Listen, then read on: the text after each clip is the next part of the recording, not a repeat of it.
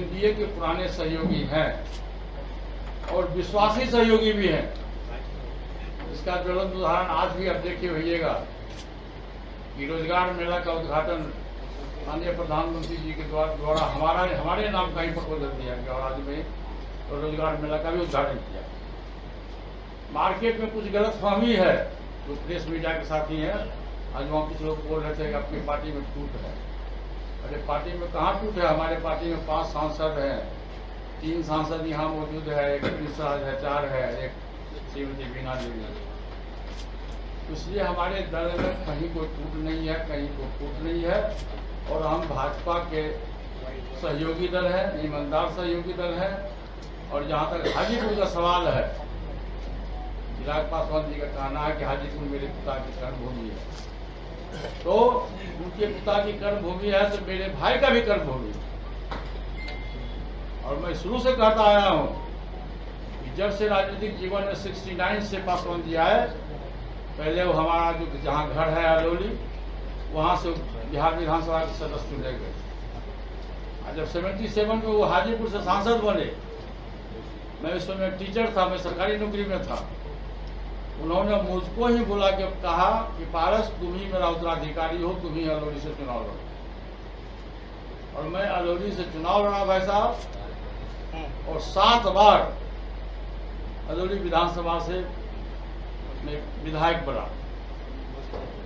फिर जब हाजीपुर की बारी आई, जब 2019 में पासवान जी राज्यसभा में चले गए, उन्होंने मुझको बुलाया कि आप सब लोगों को ये पता है कि हमारे तीनों भाई में कितनी घनिष्ठता थी। ये सब पूरे बिहार के लोगों को पता है, देश के लोगों को पता हो नहीं हो, पूरे बिहार के लोगों को पता है कि हम लोग राम लक्ष्मण भरत की तरह तीनों भाई रहते थे। आज तो कभी भी जब तक जिंदगी में हम लोग 70-72 वर्ष का उम्र हुआ, कभी तीनों भाई में मनभेद हुआ, न मतभेद हुआ, न परिवार में हुआ।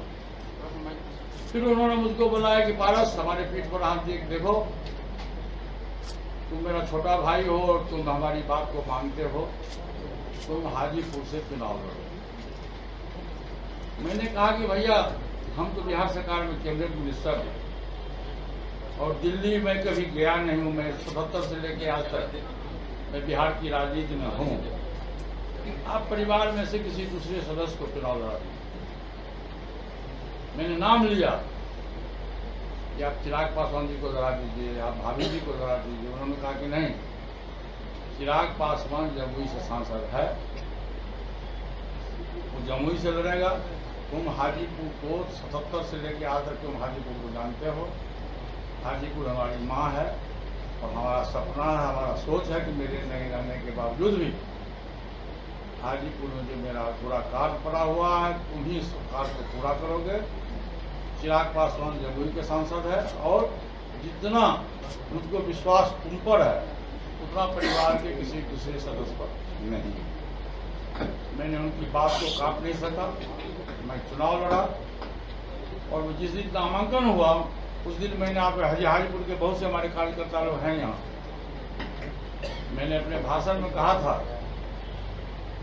कि मैं हाजीपुर से चुनाव लड़ना नहीं चाहता था, लेकिन बड़े भैया का आदेश है और पार्टी का निर्देश है कि मैं चुनाव लड़ रहा हूँ। तो ये चुनाव में मेरा प्रमोशन नहीं हो रहा, मेरा डिमोशन हो रहा, क्योंकि मैं बिहार सरकार के कैबिनेट मिनिस्टर हूँ। तो उसमें पत्रकार साथी ने हाजीपुर में कुछ सब लोग लिखे अखबार में कि पारस जी चुनाव हार मान ली, पहले दिन मान ली, इसलिए उन्होंने इस तरह की बात कही। लेकिन नहीं, वो बात नहीं था। बात है राजनीतिक और रसूल की बात है। पासवान जी को जितना विश्वास मुझ पर था, मैं समझता हूं कि परिवार में किसी दूसरे व्यक्ति को उनको विश्वास नहीं था, इसलिए उन्होंने मुझको अपना उत्तराधिकारी चुना। इसलिए भाई साहब मैं आप तमाम लोगों को ये आगाह करना चाहता हूं कि चिराग पासवान जी और पुष्पवती कुमार पारस का जो गला में गला मिलते हुए अब देखे हैं, वो एक रिश्ता अलग है, राजनीति का रिश्ता अलग है। चिराग पासवान अपने जगह पर है, मैं अपने जगह पर हूँ, लेकिन